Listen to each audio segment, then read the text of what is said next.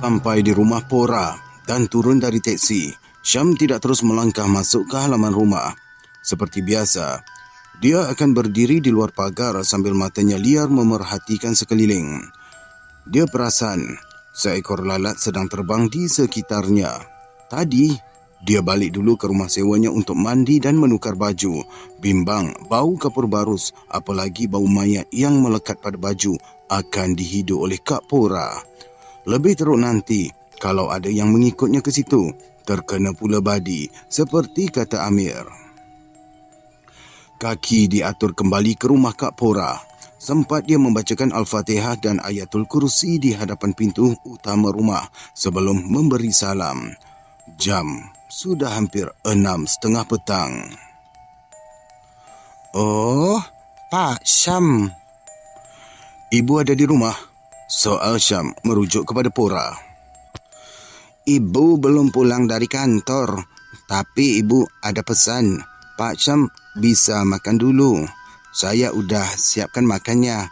Kamarnya pun udah kemas. Mari Pak Syam." Tati segera melangkah ke bilik tamu seperti selalu. Tati, tak apa. Saya tahu." Syam melemparkan senyuman. Dia menyambung langkah menuju ke bilik tamu. "Pak Syam." Tati bersuara semula. Syam terhenti langkahnya, lantas dia berpaling kepada Tati yang berdiri agak jauh dari bilik tamu. Ada riak tidak senang pada wajah perempuan yang berasal dari Aceh itu. "Kenapa Tati?" Syam pula bertanya. Wajah Tati kelihatan takut. Enggak apa-apa. Cuma saya rasa enggak enak, Pak. Kamar tamu tu kayaknya seperti ada yang aneh." Tati mula berterus terang. "Aneh macam mana?" Syam cuba mendapatkan gambaran daripada Tati. Jika apa yang Tati rasa dan lihat adalah sama dengan apa yang dirasakannya selama ini, maka sahlah ada sesuatu yang tak kena. "Gimana ya mau kasih tahu sama bapak?" Tati garuk kepala. "Ada yang tak kena ke?" soal Syam tidak sabar.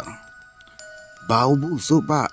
Lantas muncul cewek pakai bajunya merah persis pengantin, berdiri di tepi katil kamar tamu." Tergagap-gagap Tati menjawab. Syam terdiam. "Pak Syam, saya permisi dulu."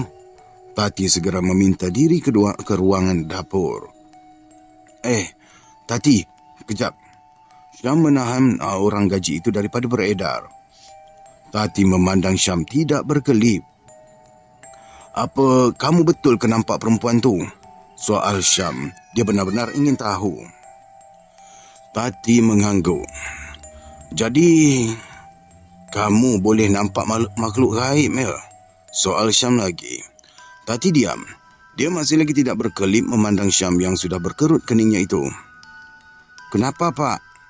Tati ragu-ragu untuk menjawab pertanyaan Syam. Dia bimbang jika kebolehannya melihat makhluk di alam lain itu disalah ertikannya nanti. Dia sudah masak dituduh sebagai pengamal ilmu sihir, hanya kerana dia boleh menampak benda-benda yang halus. Tambah lagi, dia seorang warga negara seberang yang sememangnya terkenal dengan ilmu hitam. "Apa betul kamu nampak perempuan pakai baju pengantin merah?" Syam mendesak. "Ya, Pak. Yang benarnya, Pak, saya sudah lama lihat kelimpat perempuan itu sejak Ibu Pora berpindah ke sini. Tapi saya tidak ngomong sama siapa. Saya lagi bingung nih, Pak." Tati pandang Syam yang masih setia mendengar. "Bingung? Kenapa?" "Saya lihat perempuan itu seperti mahu sama Bapak. Ikut saja ke mana Bapak pergi." Tati mula berterus terang. "Jadi, kamu tahu?" Syam terkejut. Tati mengangguk. Syam meraup muka. "Pak Syam, apaan sih, Pak? Maaf, Pak. Apa Pak Syam ada melakukan apa-apa ritual?" Syam melepaskan tapak tangan dari muka. Terkejut dia mendengar pertanyaan daripada Tati. Orang gaji berkulit mulus itu ditatap seketika. Apakah Tati juga mempunyai ilmu? "Ritual?" Syam semakin bingung. "Amir menelah terkena badi mayat Dan sekarang pula, Tati mengatakan hasil daripada ritual. Fikiran Syam ligat mengingati semula segala apa yang berlaku dahulu. Ritual. Mungkin benar juga kata-kata Tati. Tati, tolong jangan bagi tahu siapa ya. Lebih-lebih lagi pada Ibu Pora. Syam sudah resah. Tati mengangguk. Tati, memandangkan kamu sudah tahu, apa kamu boleh tolong tak sama saya? Syam mula merasa beban yang ditanggungnya akan berakhir. Mungkin telahan Tati ada benarnya. Mungkin Tati boleh menolongnya menghalau pengantin Cina itu daripada hidupnya. Tolong apa, Pak? Halau perempuan tu. Tati diam. Dia tunduk. Apa yang dia nampak itu sukar untuknya membantu. Dia tahu roh perempuan itu muncul hasil daripada ritual. Ritual itu adalah sangat sukar dilepaskan jika apa yang diinginkannya sudah berhasil. Pak, saya permisi dulu. Tati lekas-lekas beredar dari situ. Syam mengeluh. Nampaknya Tati juga tidak mahu menolongnya. Apakah hal ritual itu yang menyebabkan Tati berdiam diri saja?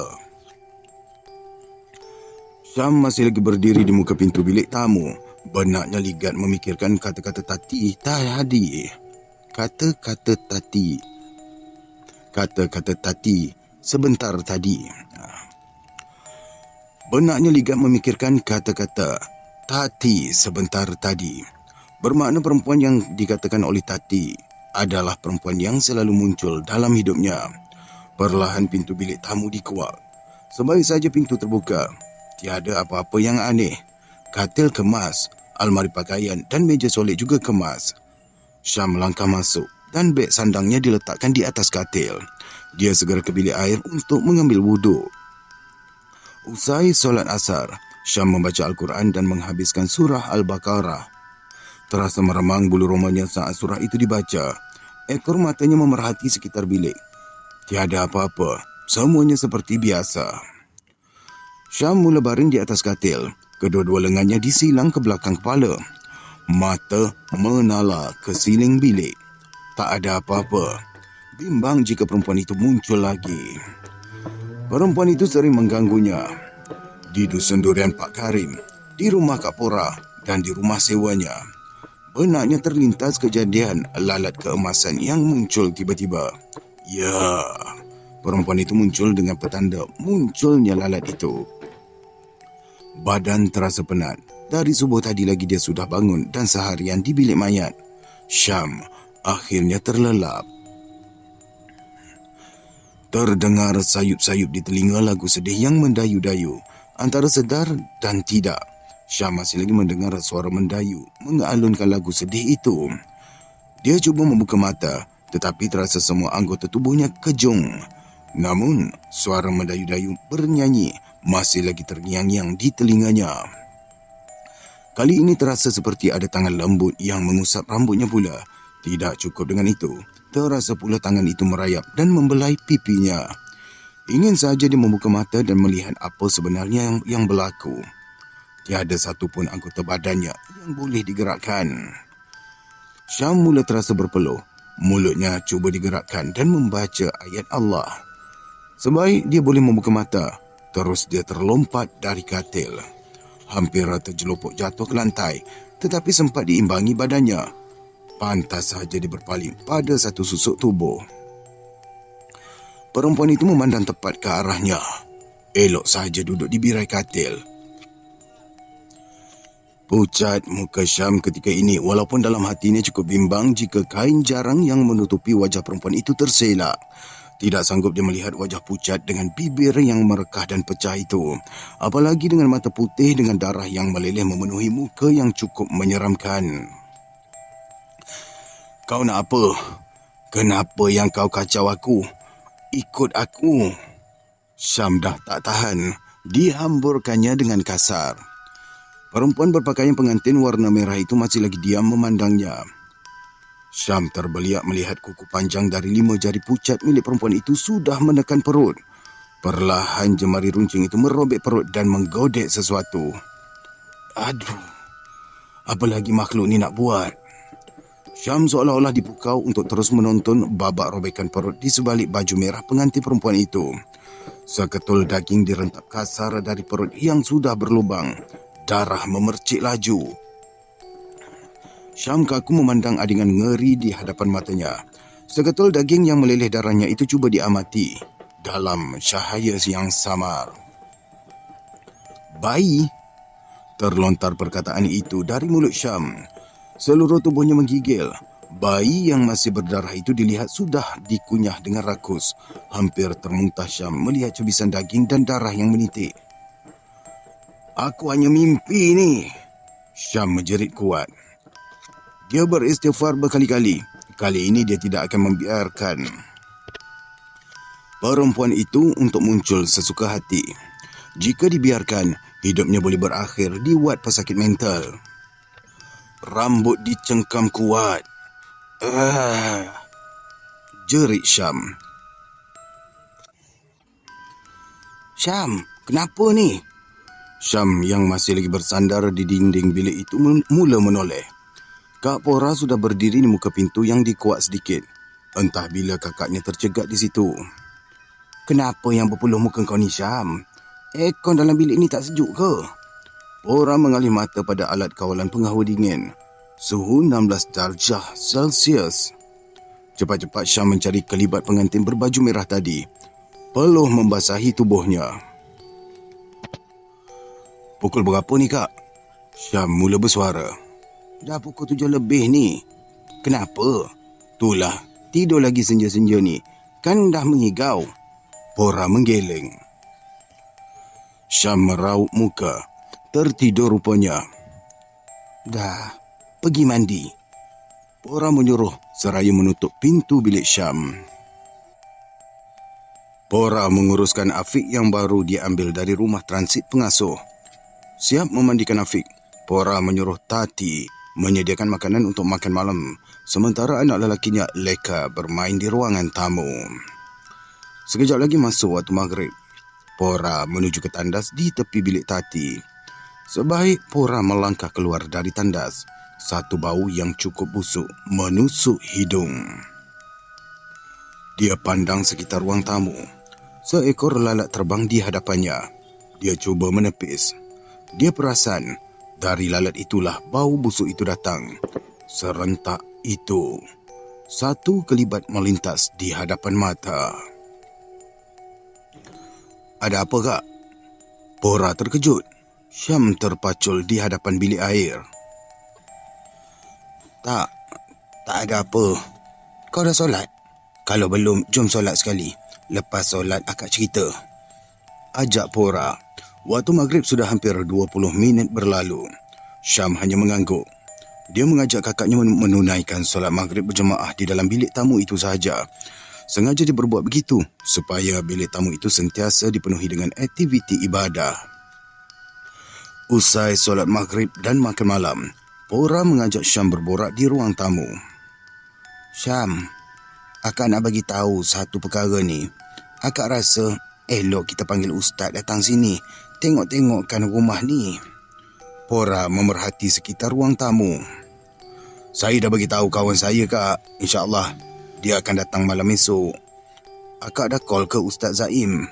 Surat khabar diletakkan di atas meja. Syam mula tumpukan pada perbualan. Belum. Akak ingat nak tunggu kau aja. Akak risaulah. Rumah ni dah macam ada perkara yang tak beres. Akak ingat nak tanya dengan owner asal rumah ni. Apa yang berlaku sebenarnya? Ujar Pora serius kali ini. Apa yang akak nak cerita tadi? Syam sudah merasa yang Pora mungkin sudah terserempak dengan perempuan itu. Tadi, masa akak keluar dari toilet, ada seekor lalat. Bau busuk sangat. Lepas tu ada kelibat. Pora mula berterus terang. Syam terdiam. Dia menelan liur kelat. Nampaknya lalat itu muncul dan mengganggu Kak Pora. Kenapa, Syam? Kau pun nampak juga ke? Pora mengerutkan dahi. Pelik pula dengan perubahan wajah Syam. Tak ada apa. Syam tunduk. Peluh terasa sudah mercik di dahi. Syam, tadi kau berpeluh sakan. Macam takutkan sesuatu. Macam kau ada nampak benda pelik. Kau okey ke ni? Pora teringat kejadian senja tadi di bilik tamu. Saya mimpi je. Syam cuba berdalih. Pora memerhati riak wajah Syam yang sudah berubah. Dia tahu ada sesuatu yang tak kena dengan Syam. Syam, kalau kau ada masalah, bagi tahu kakak. Jangan kau simpan, pujuk Pora. Oh ya, pasal kelibat tadi, saya rasa baik panggil Ustaz Zaim lah. Syam mengalih topik bicara. Yalah, kita kena lakukan sesuatu. Suara Pora kali ini perlahan. Bimbang didengari Afiq yang leka menonton cerita kartun di kaca televisyen. Akak jangan bimbang, saya akan panggil kawan saya. Kak, saya rasa eloklah saya tak tinggal dekat rumah ni. Syam pula berterus terang. Kenapa? Nantilah saya cerita. Syam serba salah. Muka Pora berkerut.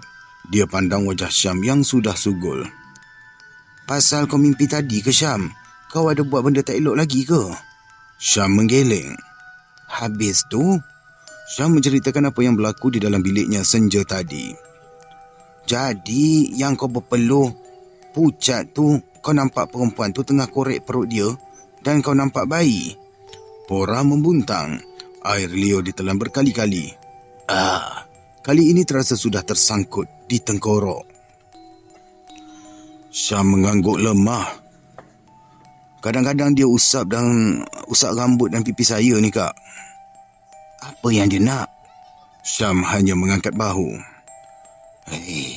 Ni tak boleh jadi ni. Jangan biarkan Syam. Pora menggelabah. Tak ingin dia beradik iparkan hantu. Sebab itulah saya tak nak datang sini, Kak. Saya rasa perempuan tu ikut saya. Nanti kesian Kak Akak dengan Afiq. Tati pun macam takut-takut je. Biarlah saya selesaikan sendiri, balas Syam. Nada mengeluh semakin ketara. Kata-kata Amir mula menular dalam mindanya. Kak, sebenarnya saya pernah nampak perempuan tu sebelum ni. Dekat rumah sewa saya. Kat Dusun Durian Pak Karim. Akhirnya terpaksa Syam membuka cerita sebenar. Biar betul Syam. Sampai ke situ perempuan tu ikut kau. Pora menelan liur kelat. Entahlah Kak, saya dah bingung ni. Kau nampak tak rupa perempuan tu? Pora semakin tidak keruan. Tak jelas. Macam yang saya ceritakan tadi. Ulang Syam. Syam, apa dulu kau ada ke buat benda-benda puja-memuja ni? Mana tahu roh perempuan tu datang nak tuntut bela. Tegas suara Pora. Tajam mata Syam ditenung. Kak, saya ni dah lama tinggalkan benda karut tahyul mahyul tu. Syam tunduk. Tidak berani dia menentang mata tajam Pora. Cuba kau ingat balik. Pora pandang adik lelakinya yang semakin hari semakin pucat wajahnya. Tidak bermaya seperti orang yang tak makan seminggu. Syam diam. Dia melepaskan helaan berat. Mukanya diraup lama. Satu persatu kejadian dulu bermain dalam benaknya seolah-olah tayangan filem. Syam, maafkanlah Kak ya. Apa yang penting sekarang ni, kau mesti buang apa yang kau ambil atau apa saja ilmu yang kau belajar. Suara Pora mula merendah. Dia sedar Syam sudah berubah baik dan soalannya tadi mungkin cukup membuatkan adiknya itu terimbau kembali kisah dahulu. Apalah Kak. Syam cuba mengukir senyuman. Dia sudah masak dengan sikap orang sekeliling yang memandang hina kepadanya yang cuba berubah baik. Alhamdulillah. Pora memahami keadaannya. Tidak seperti Mak dan Ayu yang masih lagi sangsi dengan dirinya yang ingin kembali ke jalan yang benar. Sudahlah, kalau kau ada buat benda tu semua, kau bertaubatlah Syam. Akak akan tolong kau berubat kalau betul kau diganggu perempuan tu. Akak nak ambil wuduk. Nanti kita baca Yasin sama-sama ya. Pora bingkas bangun menuju ke bilik air. Syam tunduk sebab mendengar kata-kata Pora yang bersungguh ingin menolongnya, sedangkan Mak dan Ayu hanya tahu membebel sahaja. Silapnya juga yang tak bagi tahu awal-awal berkenaan dengan hal itu. Kalau aku bagi tahu pun tak ada siapa yang nak percaya. Gelakkan aku lagi adalah. Syam melepaskan helaan nafas.